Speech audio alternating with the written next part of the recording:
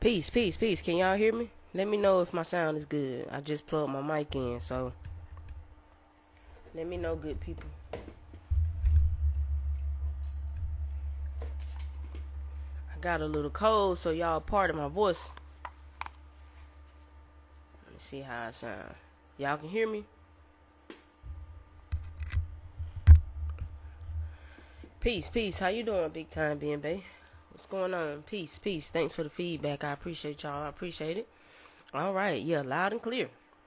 All right. So we had a good, productive live yesterday, right? We was getting into it. We was getting deep and heavy. And we're going to do the same thing today. We're going to get deep and heavy and we're going to do it again. So, how's everybody doing today? Hope everybody's been good. We've been dealing with this little bit of winter weather. Or at least they want us to think that we all been dealing with this heavy winter weather. But I'm in Georgia currently, in the Atlanta metro area, and I'm fortunate enough that we didn't get any bad weather. So I was glad for that, considering I was here in 2012 when there was that infamous ice storm where people was pretty much just leaving their cars on 285, on 75 and 85 because everybody was just stuck on the highway. So I understand, because I was here and I remember when that happened. I understand, why the city do what they do. Because, when they don't prepare, and if we do have inclement weather, everybody goes on the roads at the same time. Because if you don't know, back in 2012, they had people that were stuck on buses. I'm talking about public transportation buses. You had school kids stuck on school buses. So it was hectic. So, I understand why they choose to prepare the way that they do. Peace, the real Dolo. Peace to you. God is in the midst 7. Oh, I appreciate it. I appreciate it. For sure. I appreciate it. So, let's see. So yeah, we're gonna get back into it, and we're gonna dive deep some more, and we're gonna do this work. We're gonna do this spiritual work. Do anybody got any questions they want to ask in the comments before I get to going? Because y'all know, once I start talking, a lot of times I go away from the comment section, just so I can stay in my vibe and keep my flow going. So if you do happen to ask a question or make some, say something in the comments and I don't see it, don't take it personal. It's not personal. I'm not purposely trying to ignore you, unless you're just being an asshole in the comments. Now, if you want to be an asshole in the comments, that's a whole another different thing, right? But we've been talking about being seen, right? We've been talking about being seen. What's the full name of the live? Is cut off. Oh, the full name of the live is Your Self-Sabotage is Protecting Something. Your self-sabotage is protecting something. Now, what I like to do with my content, right? I'm always going to give you another perspective. I'm always going to give you another way to look at it, because for my study, perspective is God. It all depends on what lens you choose to look out of, or how you choose to see your situation. And something as simple as reframing the way you see something can be life-changing. It definitely can be life-changing. So with my content, what I tend to do is just provide you a different perspective, to give you a different way of looking at it, so that maybe it might spark how you may feel within yourself, so that you can think for yourself, right? So we've been talking about being seen, visibility, and people might be wondering, why that topic? Why am I talking about that? And it's because it covers so many different things that we don't even realize or even know that it is connected to, right?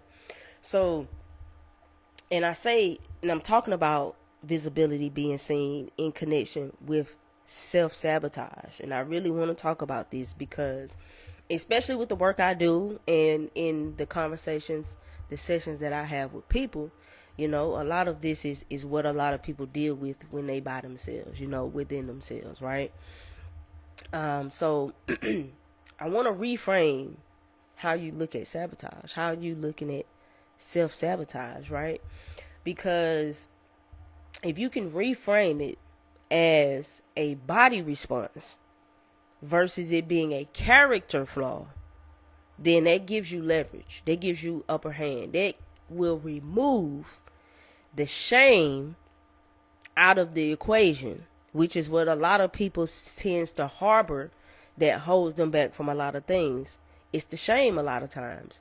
So if you can reframe sabotage and not see it as something being wrong with you, as something being wrong with your character, as your character having a flaw, and if you can understand, well, it's your body's just simply trying to protect you, it allows you to have more grace with yourself. It allows you to have more compassion with yourself so that you can actually work with your shadow self, so you can actually integrate instead of trying to shame that version of yourself.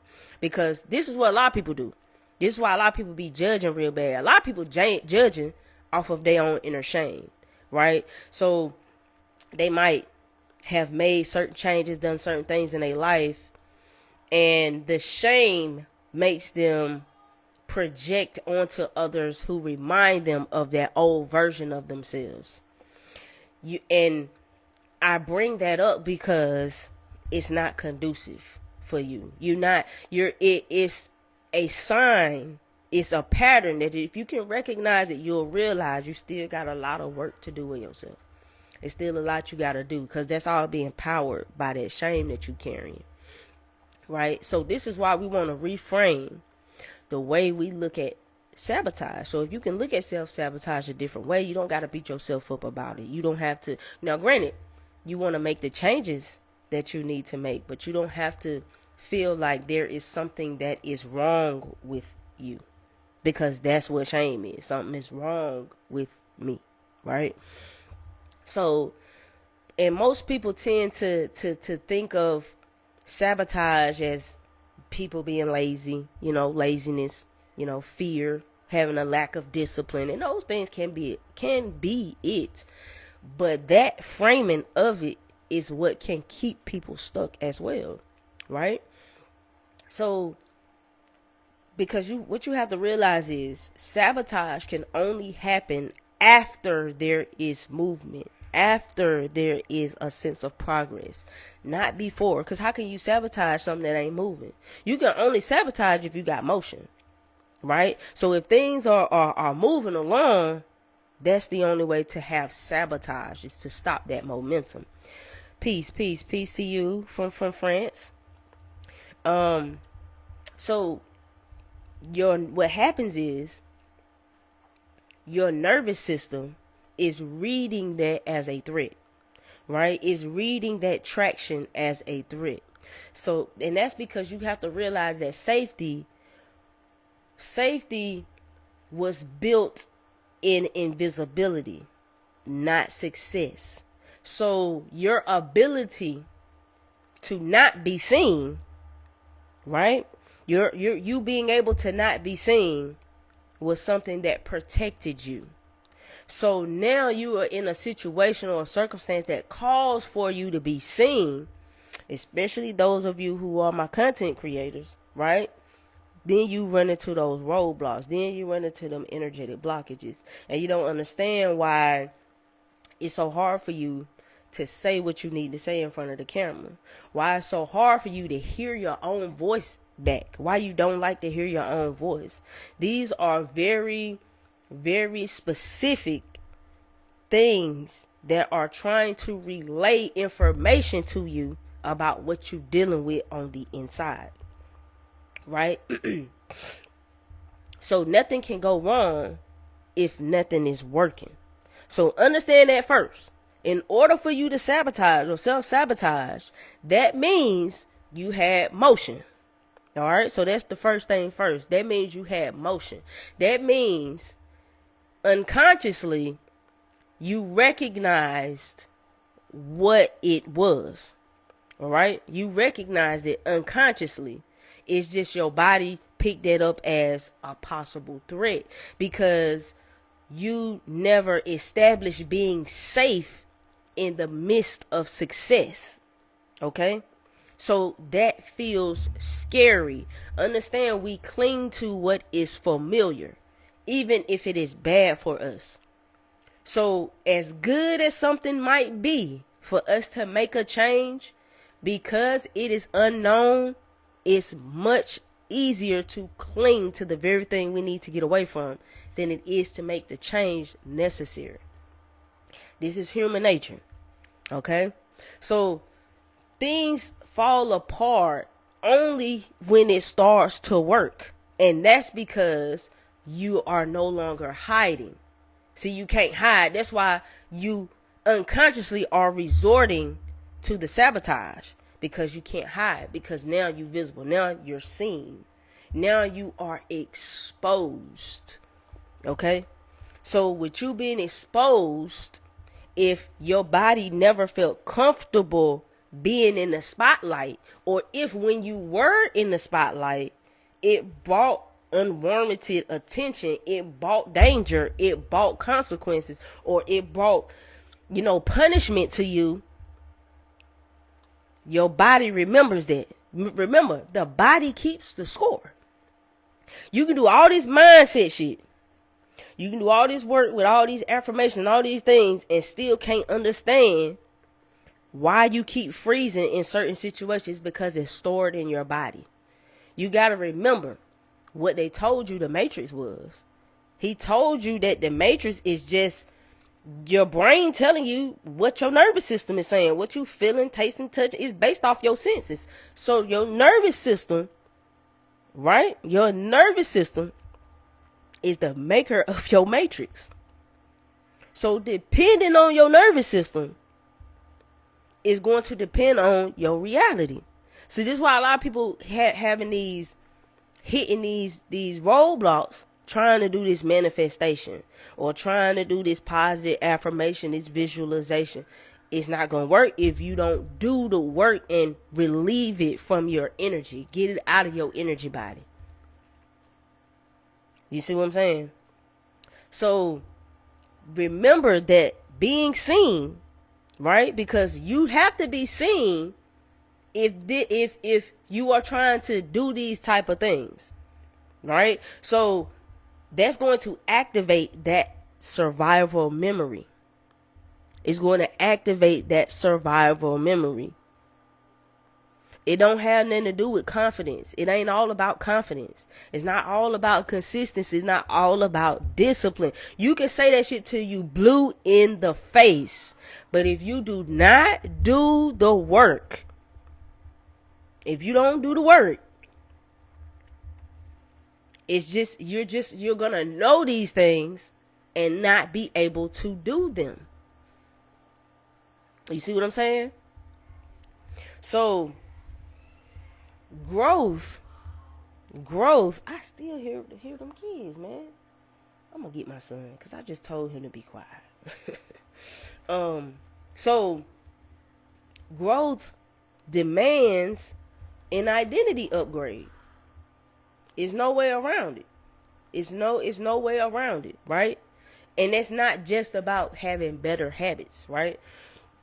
Because you have to realize that there's the version of you that learned how to survive. And that version of you is the version of you operating from survival. And that version of you can't hold expansion. It can't hold the expansion. It's like I said yesterday. It's like you asking for water. You going to the waterfall, asking for water, but you don't have a cup to put the water in. So the water just flowing right out of your hands. Right? So, excuse me, y'all.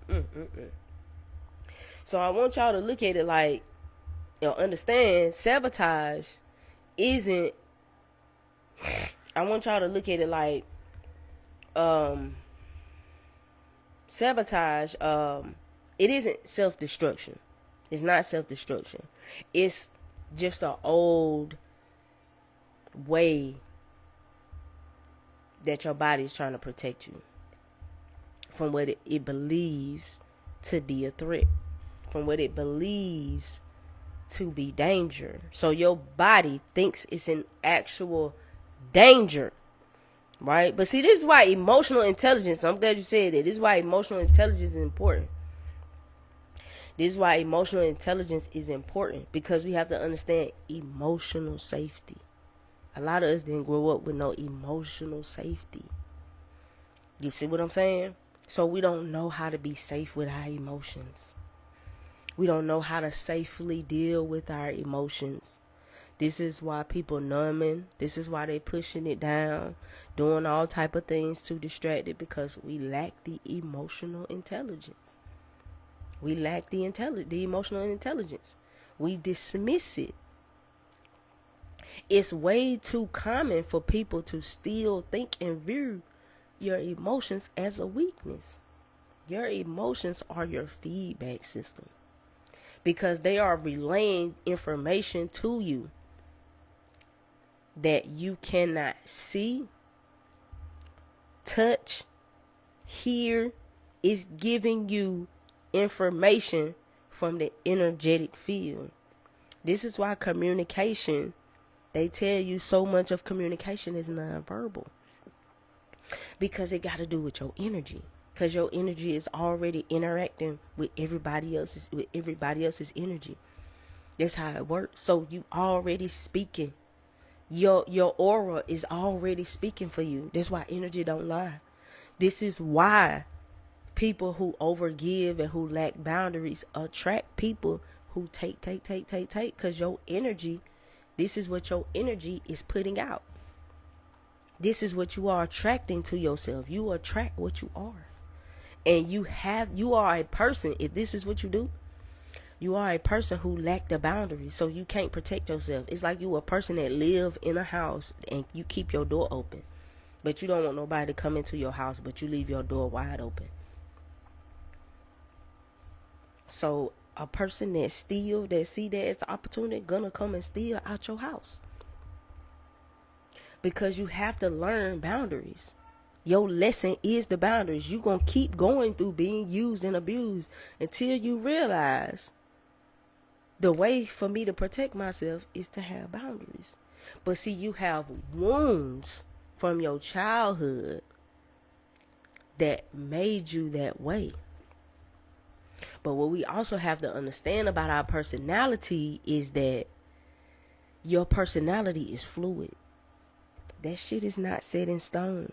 See, we think it's set in stone, and it's not set in stone. I'm just not good at talking to people. It's a skill. You can develop a skill. I'm not good at making decisions. I don't know how to make decisions. I'm too indecisive. It's a skill. You have to learn how to do it. I don't know how to be this. It's a skill. You have to learn how to do it. I don't know how to be visible and not betray myself. It's a skill. You have to learn how to do it. So, your personality ain't set in stone. Shit can change. Things can change. This is what it means when people are too rigid, too stuck in their ways. You don't have to be stuck in your way. But see, that's what happens when we adapt to situations, right? And we adjust based on those situations. And we don't realize that adjustment is only supposed to be temporary. This shit becomes permanent. It's like putting a mask on and you never taking the mask off. It's because it's like, imagine being in a situation and you put this mask on, it made you feel safe. You just never took that mask back off. This is majority of the people that we deal with in society. They just never took the mask off. And honestly, they don't even realize that it's a mask. They don't know it's a mask. They don't realize. They think, well, this is just how I am. This is just who I am. No, it's not. No, it's not. That's your trauma. That's your trauma. That's what your trauma made you. That's not really who you are. But I get it. This is your psyche's way of trying to protect you. See, we have to, in becoming adults, we have to take authority of ourselves. We have to take autonomy. We can't allow the things from the past to just be what they are. We can't do that and expect to live the life we want to live. That's not going to work like that. That's not going to work like that. And so for a lot of people, when they start to get success, when they start to get that momentum, it triggers that identity collapse. They can't help it. They can't help it. And that's because that growth is going to demand an identity upgrade. It's going to demand it. So there's, people talk about imposter syndrome. But when you're going through transformations, imposter syndrome comes with the territory. You are supposed to experience that because you're not quite the person you're becoming yet. You can't just snap your fingers and then be that person. It takes a bit of time. It takes a bit of time. And within that time frame, that's when a lot of times the collapse happens. That's when the collapse happens because we're in that unsure space. We're in that in-between space. I'm not quite who I was, but I'm not quite who I see myself as being. So we feel like because I'm not that version of me yet, I'm being an imposter. It's not necessarily. Not necessarily. It comes with the territory. It does. It does. Now, see, there's a hidden contract of being seen. This is why you got to activate your authority. This is why this shit is so powerful, because visibility is about, or it can mean being misinterpreted, right? Or being misread, or being projected onto, because people project a lot of shit onto you, especially when they lack the awareness of themselves. It's gonna come with it. You are burdened with that responsibility because of your own sense of awareness. Don't you get it? Your awareness is your superpower. So with that power, with great power comes great responsibility. So you responsible now. You can't go hide no more because you know better, right? So because you know better, you gotta do better.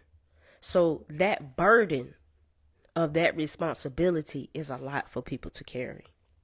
Here, this is why Spider-Man wear a mask. This is why Spider-Man and Spider-Man versus Spider-Man and Peter Parker. This is why the heroes wear a mask.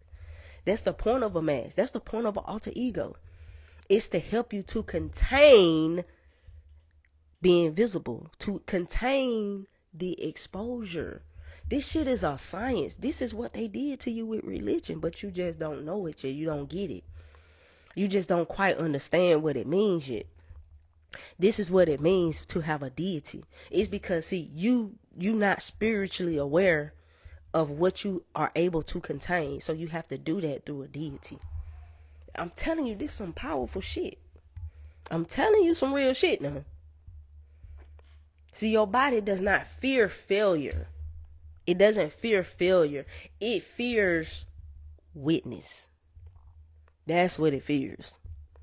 People don't sabotage success. They sabotage sustained exposure. This is what it is. It's deeper than that.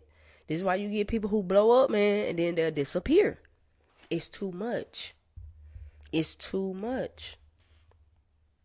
If you ever been viral, if you ever go viral, it can be the same thing. You'll see people go viral, then they'll be hesitant to put up another post because they are falling under the pressure of if they can maintain that level of virality. Can they maintain that attention? So they get scared, they get nervous, and they sabotage the momentum. They don't keep posting. See? This is what I'm saying. And then there's a freeze loop. So look, I got to talk about this freeze loop, right? And the way it goes is the momentum builds. You get the attention going up, more notoriety, people noticing more. And it's going to have an effect on your nervous system. So your nervous system is going to spike.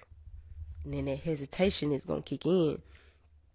And then that avoidance is going to follow right behind it. And then shame is going to reinforce you hiding, and it takes you in a loop. Shame is always what takes you back into the loop. It's always shame, bro. It's always, majority of the time, it's always that shame. And if you think about it, shame clogs up your sacral chakra, which is what? Your creativity. And this is why people get so many creative blocks. This is what happens. This is also, how people can tend to turn towards sex as an outlet. Because it's the sacral chakra. We talking about sexual creative energy. Yeah, that loosh. So this loop, that freeze loop, it happens just like that. It happens just like that. And a lot of people don't realize that it's happening. You know what I'm saying? They just look at it like, well, I lost motivation, but it's because we don't know how to regulate ourselves. And like I said, we utilize different things. Your body has a way of resorting to different things to regulate itself out, even if it's not healthy. So you have to be able to recognize these patterns. But you can't just push through it. That's not going to work for this. Like, this differentiates you really, really doing the work. And somebody really, really, really on the path of really doing the work. Because just saying to push through it is not going to cut it. It's not going to cut it. Because forcing the visibility, forcing the being seen, is just going to teach your body that success is just overwhelmed. So subconsciously, you're going to kick success from you anyway, because that's what you're telling yourself, is that, well, in order to be successful, I just got to overwhelm myself. That's not going to work. So hustle without safety is only going to lead to burnout. It's only going to lead to burnout. It's not going to lead to authority. And those repeated collapses is just training your body to go into avoidance.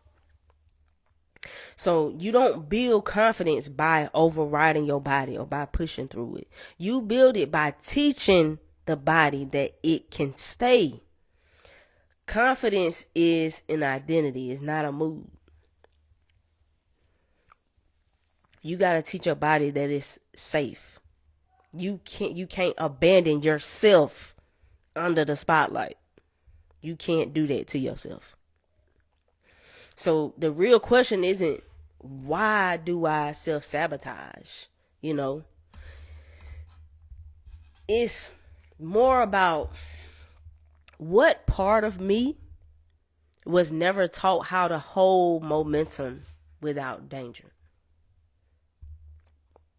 It's more about that.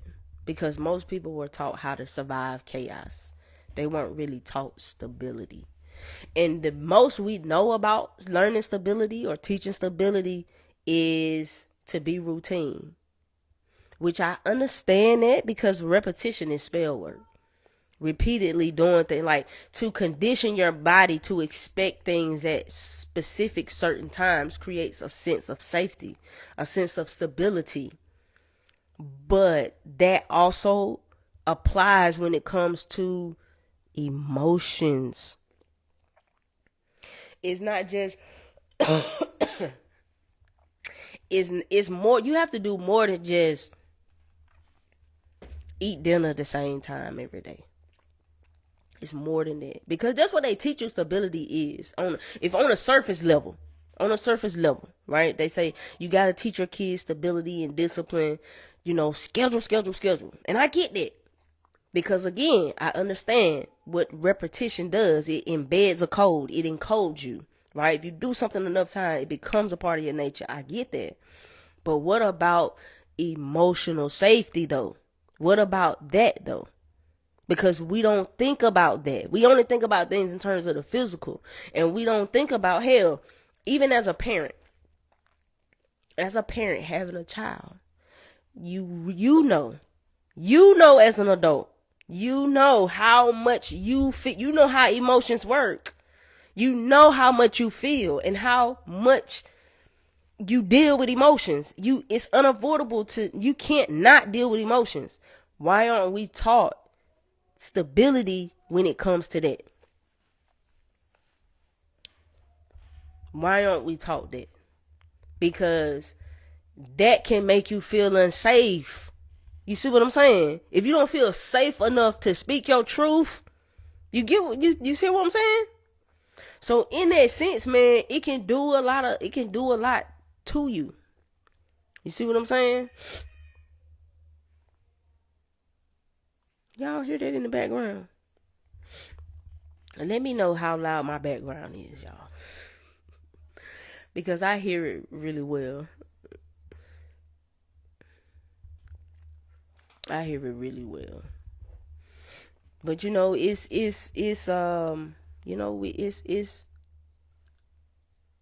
a lot of things that affect us in ways we don't really realize. Been talking about this subject a lot because I feel that, man, I went through so much. But when I came to certain realizations, man, it was just like, oh my God, like, oh yo, like, I can't believe, how did I not realize this before? But it get like that sometimes, right? Yes, my son. Hold on, y'all, hold on.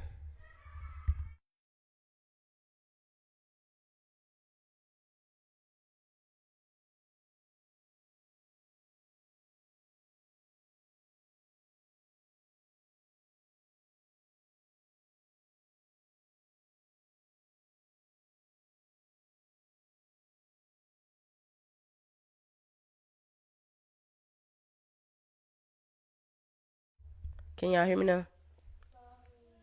Okay, baby, thank you. Um, yeah. So, we got any questions? I've been talking for a good little minute. You got any questions? How we feeling about the conversation so far?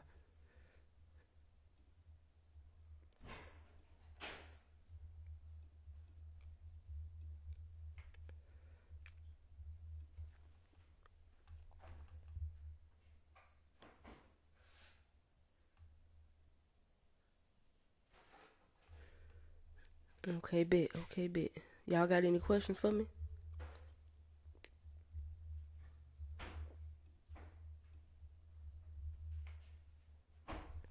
I appreciate y'all. Thanks for hopping on. I appreciate it. Yeah, man, me too. There a lot of inner child work for. I definitely understand. For sure, for sure. My thoughts on religion in the Bible. Whew. Okay, well, man, religion is for the masses. I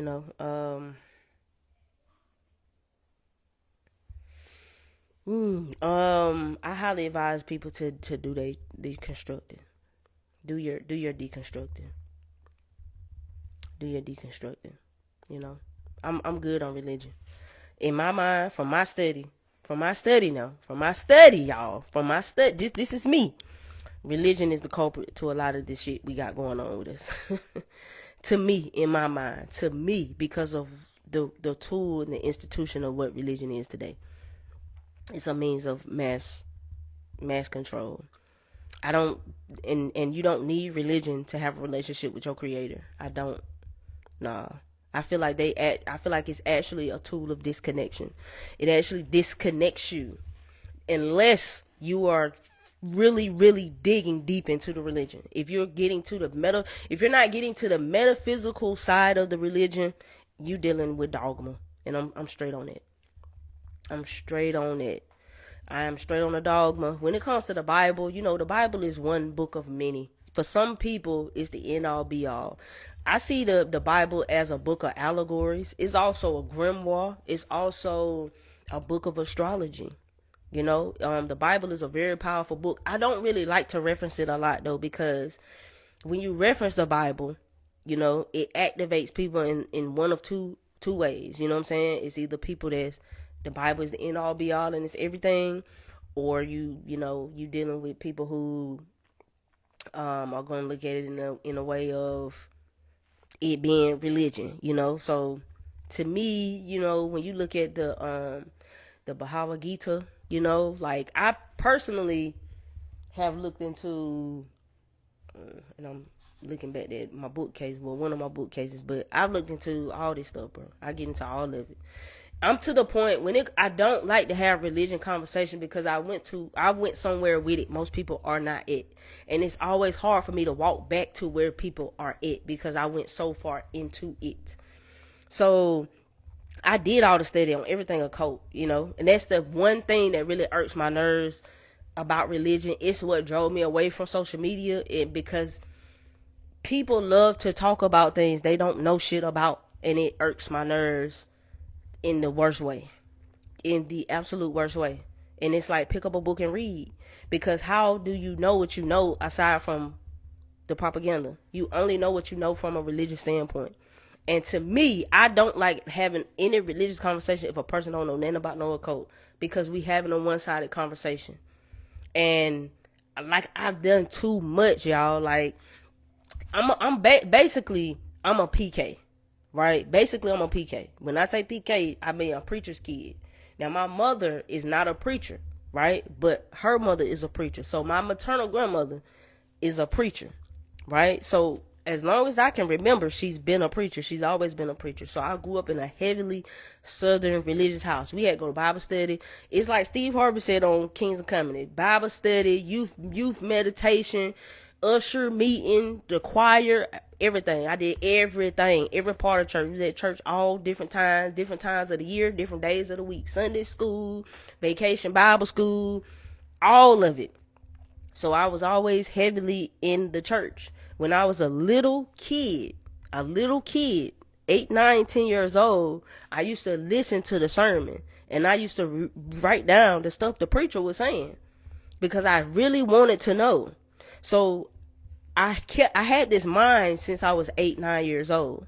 So when you get to a certain point, a certain age, you start asking certain questions, because certain things just don't line up the way they used to. So I started to ask questions in my teenage years, to be dismissed, for people to look, hey, look, you can't be asking that, you can't be saying that, that ain't stuff. So I got shunned when I started to ask questions. So once I graduated from undergrad, Elizabeth City State, right? Because I'm from North Carolina. So when I graduated, I did not know what I was going to do. I really had no idea what I was going to do with my life. This school came, and they was like, hey, we got a chiropractic program. You want to apply? And I was like, well, sure. So I applied, I got in, and it was down here in Georgia, in Marietta, Georgia, Life University. So when I was 20 years old, me and my husband, we weren't married at the time, and our daughter, she was 2 at the time, we just upped and moved to Marietta. And I was going to Life, and I was in shell shock when I got here, because where I'm from, right, I don't know. It's like this. When you get to Atlanta, if you're not from a place like Atlanta or like a Detroit or something where you see a lot of prominent black people, it might put you in a shell shock. It did that shit for me. I had never seen so many black people just in regular positions of authority. I know, it's crazy as that sound, but it blew me away. And when I got here, it gave me the space to be able to truly explore myself. And I started to learn. I started getting into books. I started to read all type of metaphysical information, and I got introduced to the conscious community.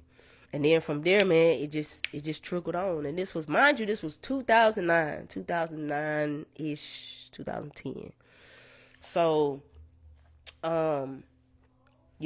religion was always at the very top of my list. It was always something I had to heavily deconstruct and understand, right? So I've done a lot of study on a lot of different religions. I've looked into, and what I've learned, I looked into all the religions, right? Christianity, a lot of your African traditional religious systems, you know what I'm saying? Different forms of Islam, you know what I'm saying? Judaism, I looked into so much, man. Hinduism, just everything. And what I realized, the deeper you go in it, if you can go deep enough, if you can get to the metaphysical side of the religion, then you'll get to the truth. But it's not going to look the way they've been telling you to look at it. So in that sense, I said all that to say that you really can't do the light and not do the dark. You can't study one side and not the other. Because in the darkness, in the occult, in the things they tell you to stay away from, I promise is the very answers that you're looking for. And it's nothing like they told you it was. And there's a reason for that. And when that domino fell, for me, everything fell. Nothing. They couldn't tell me nothing. I knew everything was a lie. I knew everything was a lie. And so from there, you know, but, you know, it's a lot with it. You know, a lot comes with it. Because when you leave your religion, right, especially, you got to look at it like that's a tradition. That's your family's tradition. So when you leave your religion, in a sense, it alienates you away from your family. You know, so for a long time, I was alienated away from my family. For a long time, I didn't feel a connection with them. Like, we have a relationship. We talk, you know, and everything. I don't have nothing against them, you know, or nothing like that. But it's not the same. And it can never be the same. And it's because I'm just not the version of me that they would prefer me to be. You get what I'm saying? But you know, it's a lot. It's a lot. It's a lot. It's a lot.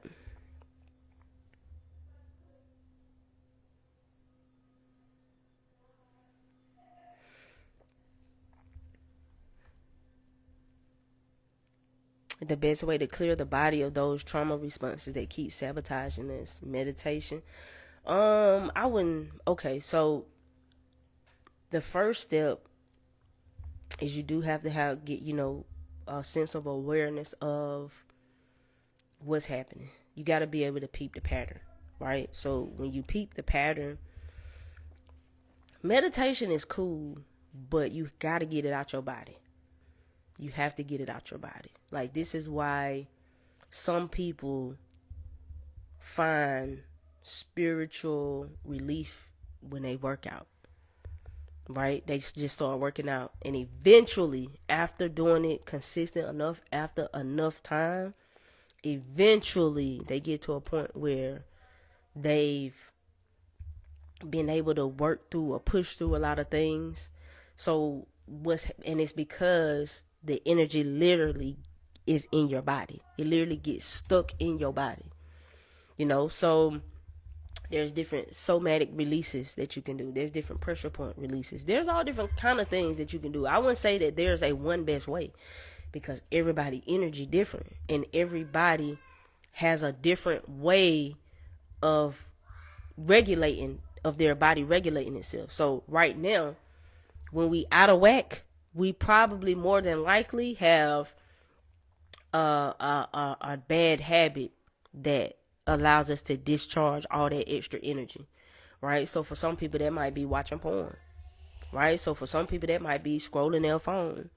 So the first thing you got to do is to be able to peep the habit, to be able to peep the pattern.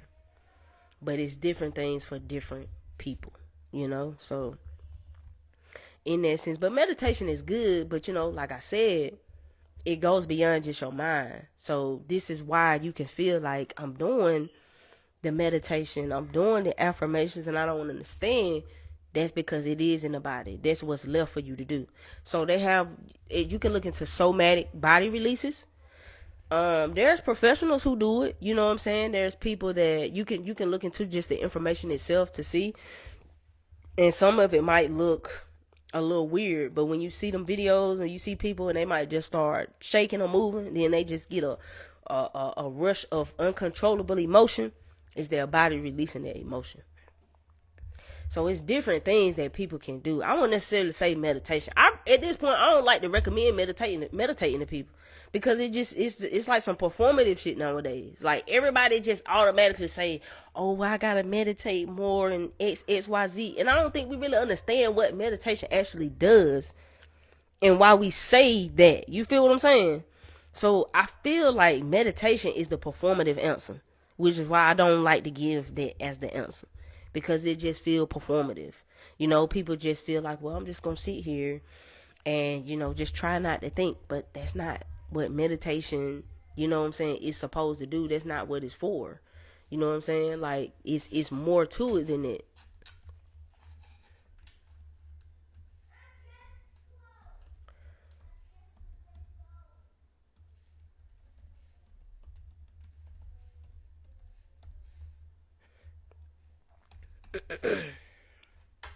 It's all symbolic. Most of the wisdom is in the dark. Yep, that's facts though. Yep, that is facts. Conclusion of esoteric interpretation of the story of Adam and Eve. You asked me a lot of religious coded questions, Chris. For me, esoterically, Adam and Eve is like Adam and evolution, the atom and evolution. To me, it's the yin and yang. It's the split. It's the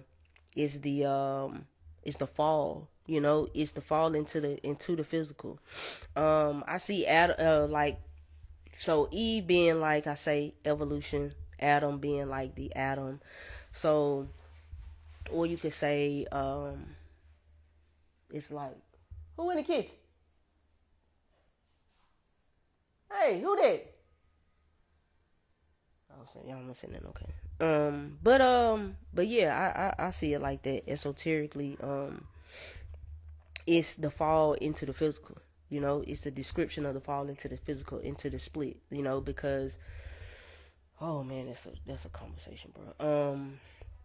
You know, because we were higher vibrating spiritual beings, right? Who fell into the physical, right? So that's, if you want to look at it from a Gnostic perspective, this is why they view the physical as the abomination, because we're not technically supposed to be here, because we fell from a higher place to this. Now, some might say, "Hey, that's symbolic to being kicked out of the Garden of Eden." So some people look at it like that. But I will say this. It's very important that when it comes to those type of things, you have to really figure out what resonates with you. You really have to figure out what resonates with you. And I don't know if it's going to make sense or not, but because in reality, everybody right. I don't know if it's going to make sense in me saying that, but in reality, everybody is right. Because your mind is what make up all this shit. So whatever's true in your mind, the mind makes it real. Whatever's true in your mind is what's going to make it real. Is what's going to make it real.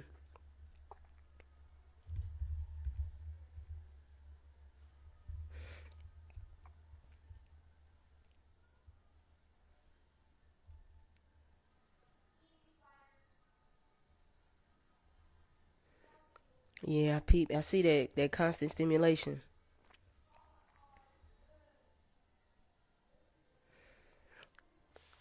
Shakti, the Leviathan, the collective rise. Hold on, I'm missing something in there. Yeah, coming. Oh yeah, y'all seen that with the news? Y'all seen people was talking about it was the Leviathan? Yo, I just seen that the other day. More and more, I'm not on social media as much, but I saw that, man. They were saying it was a it was a Leviathan. See me, right? See, I'm always gonna view this shit different, because when y'all say stuff like a Leviathan, right, and it having to do with the Bible and a rise up, see, I don't view none of that shit like that. You see what I'm saying? Because I just done so much study into these things that I know what they symbolically represent. And every time I hear something like that, I just be like, that's just some religious bullshit. I just can't help it. That's just where I'm at with it. Because the Leviathan, oh God, bro, that's symbolism to the Kundalini. Like he said, it's just bro. Nothing that they tell you is what they tell you. That's dark and all of that, bro. It's not what they tell you, man. But y'all have to do that work for yourself, man. Now, I've done a lot. Look, I've made a lot of videos that has gotten into this topic very heavily, a lot. I've done it so much, I do not like talking about it as much anymore, because I have gotten so much, but I gotta fight with people so much on these conversations that I just gotten to the point where I just don't even want to have them no more. But I appreciate y'all for asking these questions, especially like this in this environment, because I know right here we like a tribe. We talking about this in a real way, you know.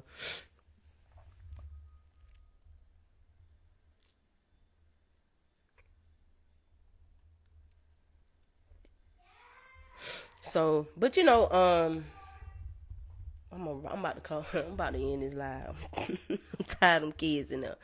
But I just wanted to take a minute and just kind of hop back on the live with y'all. Any more questions before I do hop off?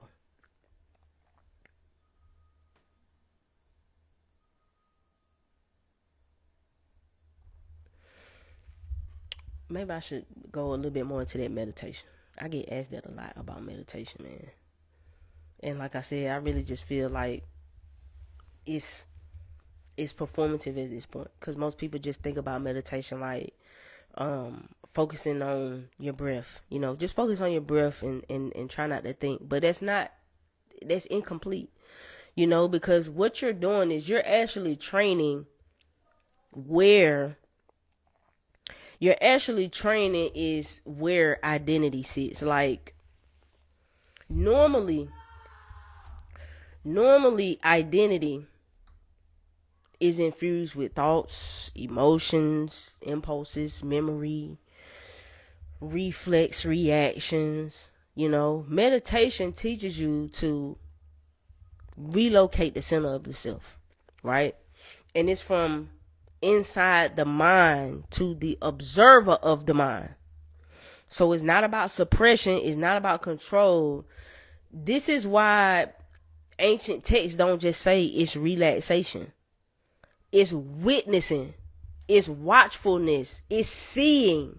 So meditation is how you're supposed to repattern your nervous system. So from a psychological from a physiological, right? Physiological, we talking about the way the body works. So from a physiological and energetic way of looking at it, your nervous system runs on pattern recognition and prediction. Okay?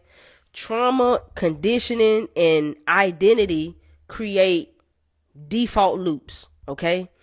Meditation interrupts those loops. Okay? It interrupts those loops by removing urgency from sensation. So when you sit and you do nothing, the key word in it and what I said is sensation. Remember what I said about the nervous system, your matrix and everything, right? So when you sit and you do nothing while sensations arise, right? Anxiety gonna show up. Boredom is gonna show up. Fear is gonna pop up. Impulses, you just have an impulse to want to grab your phone, right? Speak on setting healthy boundaries with family, friends, strangers. Sure, I definitely do that.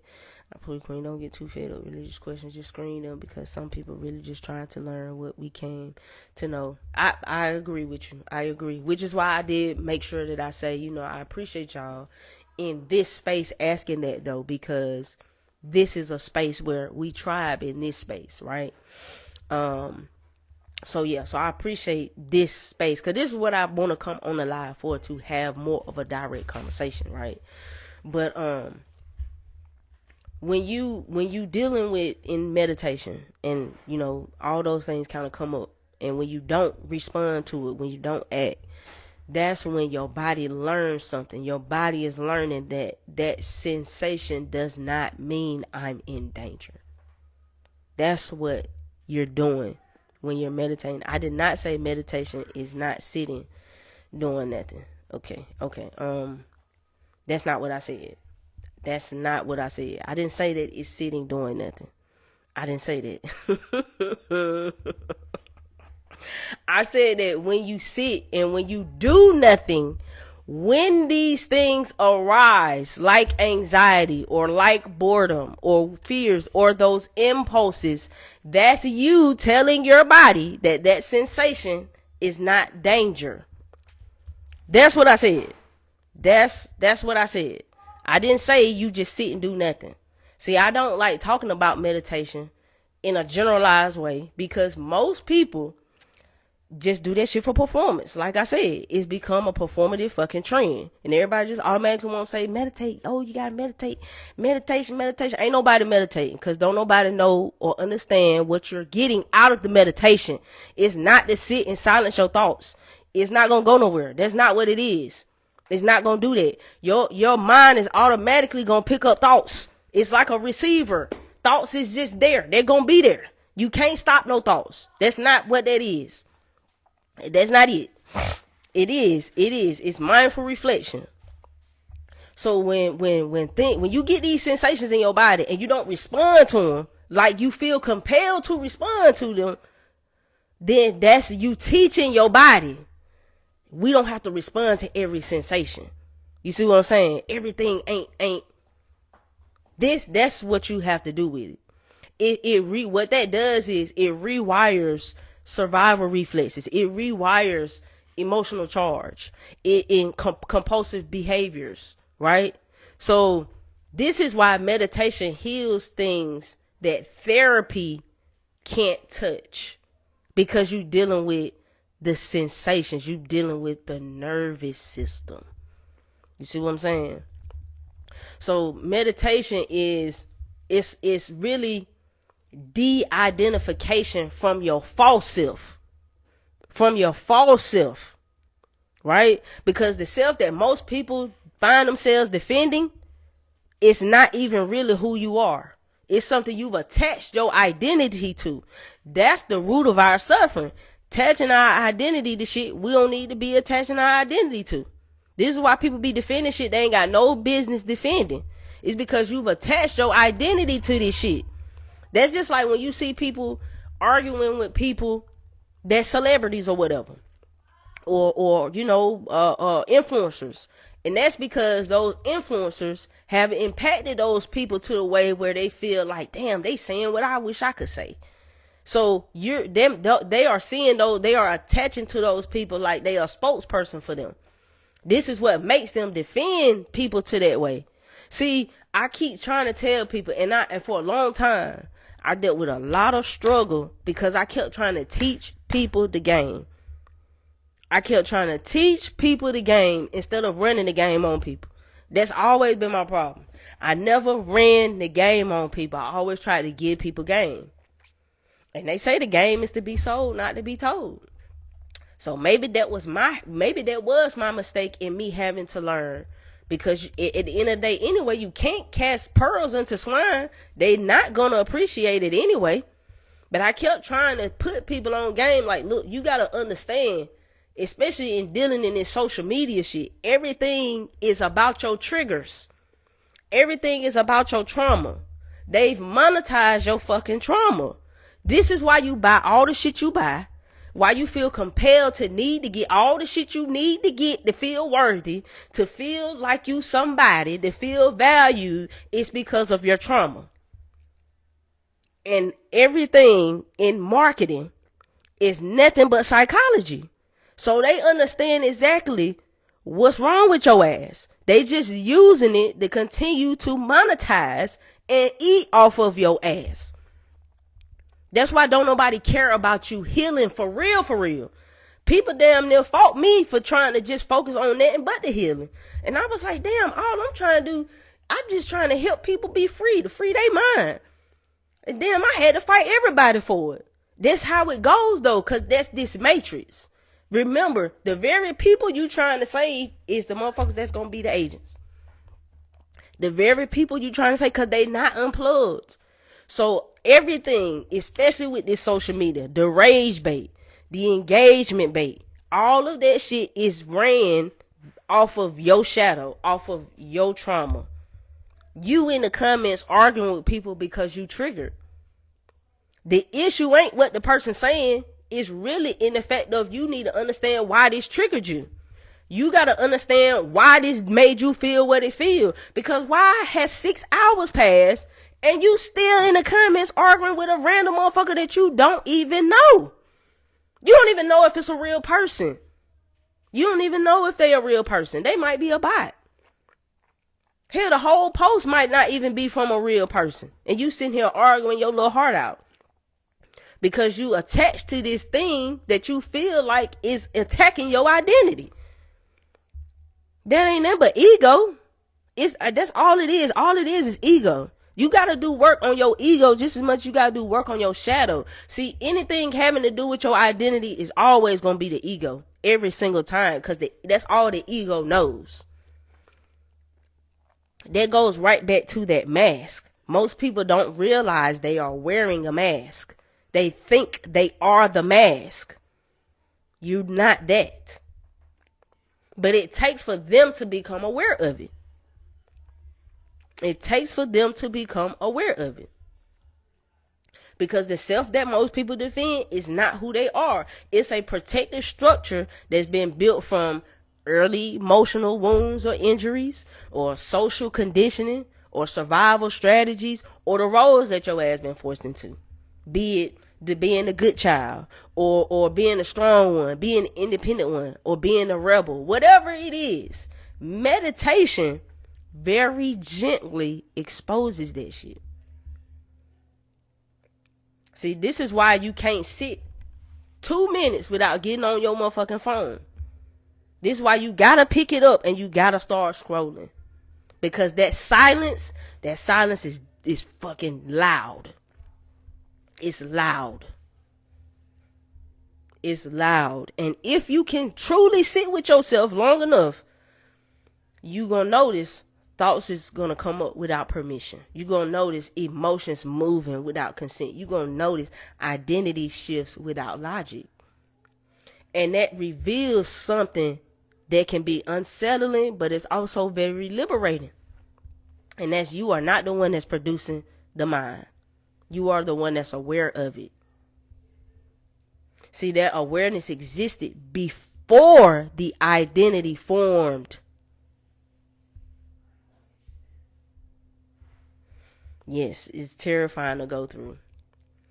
See, I took the whole month of October to talk about nothing but the horror genre.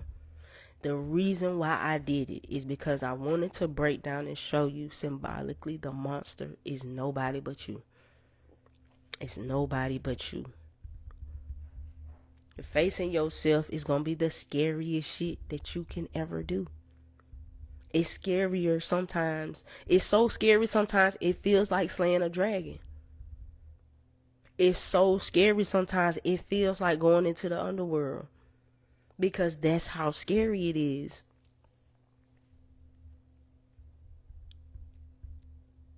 So when you meditate, that's your way of communicating or making contact with your subtle body or your energy body, right? So it's how meditation is how consciousness withdraws from the dense layers and becomes aware of sensations. This is how you can actually feel sensations. You can actually feel when you what you realize is, as you get more in tune with your body, you literally feel it when something happened in your body, in yourself. Somebody can say something and you can feel this little clench in your gut. That's your body telling you, this motherfucker lying. He lying. But the real question is, are you going to listen to yourself? Are you going to believe yourself? Because that's you trusting in your own intuition. You going to believe what you feeling? See, that's the thing when you dealing with that feminine energy, because it's unseen. There's no evidence. I can't tell you how I know you lying, but I know you lying. But I can't tell you how I know. So I gotta wait for that evidence to be seen. I have to wait for it to present itself, because I know what I know. I know what I know. I just might not know what it is that I need to know yet. And see, a lot of people can pick up when somebody is lying, or they can pick up on somebody withholding information. And it might not even be the lie you think it is, but because you can sense somebody withholding something, you can sense that they are a liar and you can't trust them. They might not be holding something back related directly to you, but you can sense that they are holding a part of themselves back. You got to trust that shit. That's your intuition. Now, granted, you can't just go all off, acting off of it completely. Now, you can do little things to verify what you're feeling, to verify what it is. But, cause see, that's how you get, you get called crazy. Oh, well, you're delusional a little bit, cause you might be saying something. It might be true, but you don't have no way of even sensing or even knowing how that's true. Or in what way is that true? What evidence do you have to say that that's true aside from your feeling? So when it comes to some things, so you got to know how to move accordingly. But if you get that feeling, see what most people get that little feeling and they'll overlook that shit. They'll overlook it and go right along with it. You know why? Because they already lying to themselves. They already lying to themselves. So it's easy for somebody else to come and lie to you too, because you're already neglecting the truth. You already neglecting the truth. So of course you're going to neglect the truth when it continues to come to you. See what I'm saying? So this is why, when you meditate, a person that's more spiritually aligned, right? This is why they can pick up on deeper sensations, on more sensations, energy movement. You know what I'm saying? They can pick up on certain things, huh?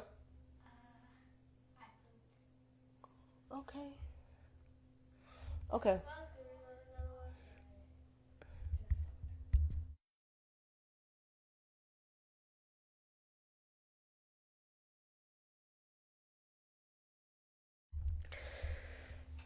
So sometimes when you meditate, sometimes this is why, because you become more aware of your sensations, which is your etheric body or your astral body or your emotional body, your mental body. This is why people can see imagery when they do meditation. This is why people can, why emotions randomly might surface. This is why memories might come without context. This is why symbols can appear. Now, when I do work with people, if you've done a one-on-one with me, then we've had this conversation. I said to you, look, now, after this session, you might start, having some random memories of some of your stuff from your past. You don't quite understand why you're remembering this. Or you might, find yourself dealing with a strong sense of emotion that just got stirred up, because that's what is happening when you doing energy work. You stirring that motherfucking pot. You stirring that pot. And you don't know what's going to come to the surface. So you have to be ready to do your work. You got to be ready for this shit if this is what you really want to do. Because it's going to bring some things up. That's what it does. That's what energy work does. So it feels like, you might be like, oh, well, it was just some reflective questions and, some meditation or some visualization or things like that. It feels simple, but I'm telling you, it's going to move all that energy around in there. It's going to move all that shit around. And when those old memories pop up like that, it's because it's your body, your soul body trying to help you to see something. There might be something you need to reframe. Meaning, maybe you need a different way of perceiving how this event took place or how this looked. Maybe you need to, or maybe you need to acknowledge the version of you within this. Maybe there's a sense of going back, doing reparenting exercises, things of that nature. But whatever is coming up for a reason. And that's the reason why it's coming up, because there's work to do there. You see what I'm saying? There's work to do there. You got to know yourself well, know the difference between paranoia. That's very true. That's very true. Very, very true. I'm trying to confront yourself. What questions would you ask yourself? It depends on what I'm working through. It depends on what I'm working through. Like, let me see if I can give an example. So I've been. Cause I'm about to get personal. Give me a second, cause I'm about to get personal, and share something personal. So, okay, so I had to ask myself, what, how can I put this? Because I've done a lot of this, especially in terms of what I've been working on lately. Is I've been doing a lot of work on purpose. walking my path. Being true to myself and being true to who I am, right? And I noticed, like, I was struggling making decisions. Let me do this. Okay, so I was struggling with making decisions, right? And I realized in studying my chart, because I have Jupiter in Aries at 29 degrees in my second house. So it's the house of money, value, self-worth. But I realized that I am favored when I can just be bold in my decision making, and if I can be decisive. But I have a stellum Virgo, so I'm a Virgo stellum. So being decisive, making a decision, ain't some shit that I can just do just like that. So what I had to learn was, I had to really sit with why. What is it about making a decision that makes me feel uncomfortable? Why don't I like that? What is it that I'm dealing with? And I realized it was because I didn't want to make a wrong decision.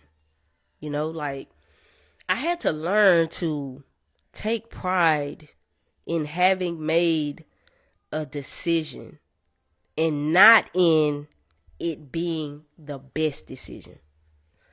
Y'all get what I just said?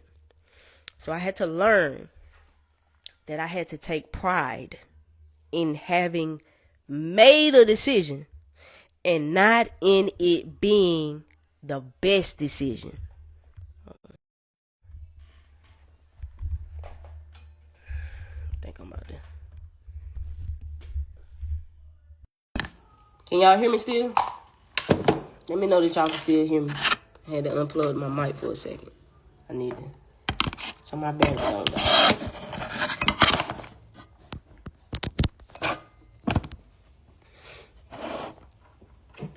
So, y'all can still hear me, right? Y'all can hear me? Let me know y'all can hear me before I keep talking.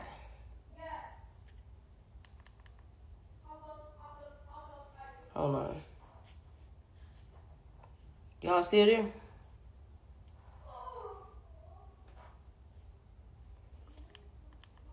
Yeah. Hold on. Okay.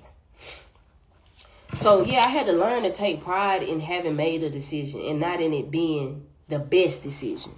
If that make any sense, because when it was about where I had to realize where safety, what my issue was with worth. And when pride is attached to the best decision, that means that historically, right, over the course of my life, value was tied to being correct.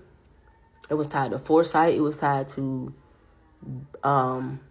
mistakes that weren't neutral, and being wrong just might have carried a cost, right? It just might have meant something. So my body learned that I'm only allowed to be seen if I'm right. That's what it broke it down to for me. What I had to come to the realization was for myself, like, well, I only want to be seen if I'm right. So I'm self-sabotaging, or I'm sabotaging myself because I don't know if I'm right. You feel what I'm saying? And I could see how I was doing this shit to myself. And it was creating paralysis. So it was stopping me from doing a lot of shit. And I had to realize that the best decision, that's some trauma. That's trauma logic. So, because being obsessed with the best, that's like, that means I'm dealing with a lot of shame, right? That means that the decision that keeps me safe is the decision that keeps me from regret or ridicule or rejection. So I would overthink, right? I would delay or avoid doing shit. I would always be refining something or perfecting some shit. And I would always second guess what I was doing. And it wasn't really about me being indecisive. It was because I didn't want to be seen while being wrong. I don't want to be seen while being wrong. And that shit, when I realized it, it was like a big ass boulder was just lifted off my shoulders. Because I realized what I was doing to myself. And then I immediately just was like, damn, I can't be doing this to myself. Like, that's not fair to me. I'm not treating myself fair. You feel me? So, of course, no wonder I feel like so much shit ain't fair. I don't even treat myself fair. You see what I'm saying? So, that's just an example. Just an example of, just how you can kind of look at it, or how it trickles. You know what I'm saying? How you get in this reflective state.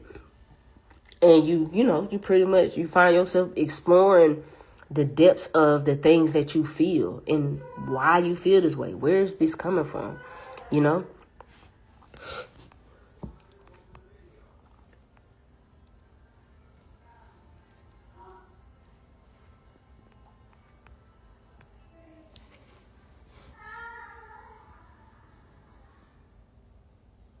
Why did that happen? What did it mean for me that it happened? What is the lesson from that happening that immediately cuts anxiety and happiness? The brain calm, one battle at a time. I like that, Lulu. I like that.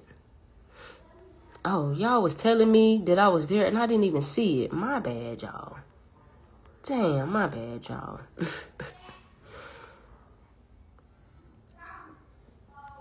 You will always know more tomorrow than you know today. Be good with where you're at on your journey. And I could just do it. Oh, I like that. Kindly, like always wanting to win and not know how to take a loss. What you mean by that? You probably said it when I was saying something. My fault.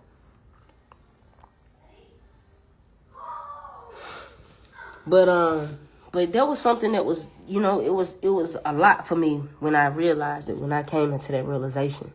You know what I'm saying? Because from an esoteric standpoint, will precedes manifestation. And when you take action, it creates current. And movement generally, or it generates reality feedback loops. So a lot of people not in a lifetime. That's true, Ben. That's true for real. But, when me having that perfection attached to, or that pride attached to that perfection, it stalls out your will. And when pride is attached to your choice, then, decision becomes an invocation. You feel me? I had to just find a different way of looking at things, But when you choose, when you make a choice, when you choose, you casting a spell of movement when you choose. When you definitively choose, though. That's the thing. We don't know. I don't think we always are truly really making decisions. Sometimes we kind of let things happen. And that can be the thing that, a lot of people deal with in letting things happen. But yeah, I would definitely say that type of realization is for sure a maturity marker type of thing, because it really only happens when you no longer need to be protected from yourself. Like when you trust your capacity to recover. And we don't always do that because, again, we betray ourselves. And when we betray ourselves, you teaching your body, you teaching yourself how to respond to you. It ain't just about other people. You got a relationship with yourself too. So we got to keep that in mind. We really got to keep that in mind. So, we got any more questions? I appreciate y'all for hopping on live. I used to feel a way about getting on live and there not being a lot of people on there. And I had to get over it. But again, I had to reframe it because it's like, damn, well, 20 people, that's a lot of people, though. Imagine if 20 people came to your house to beat you up. That's a lot of people. 20 people can be a lot of people. You feel me? 10 people can be a lot of people. Imagine you say something and 10 people come and give you a standing ovation for what you say. A lot of this shit, man, we gotta understand perspective. Like, perspective is God, man. I say that all the time. Perspective is God.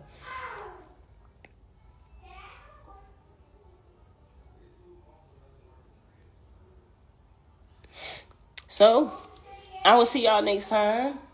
And I appreciate all the feedback. Thanks for hopping on. I appreciate it. Y'all like and share the live if you found this to be helpful.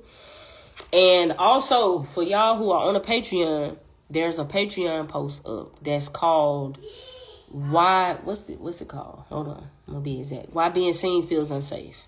So there's an audio for you to listen to, and then there's a prompt there for you to sit with. So I want you to sit with that prompt. I want you to, take your time with it, after you listen to that audio. It's very short, nothing too long. But for those of you on the Patreon, make sure that y'all check it out. It's available to everybody that's in there. The lowest tier for the Patreon is like $3, y'all. So ain't nothing too crazy. But that's where you can find a lot of tools and things around the things that I've talked about. Things that can take you further, deeper, if this is something you really want to dive into for yourself. So check that out on the Patreon. And in the meantime, I appreciate y'all. Be sure to like and share the live. And make sure if it's been helpful for you, share it with a friend. That's all I ask. So I appreciate y'all. Again, it's love. Peace to the tribe. Y'all take care.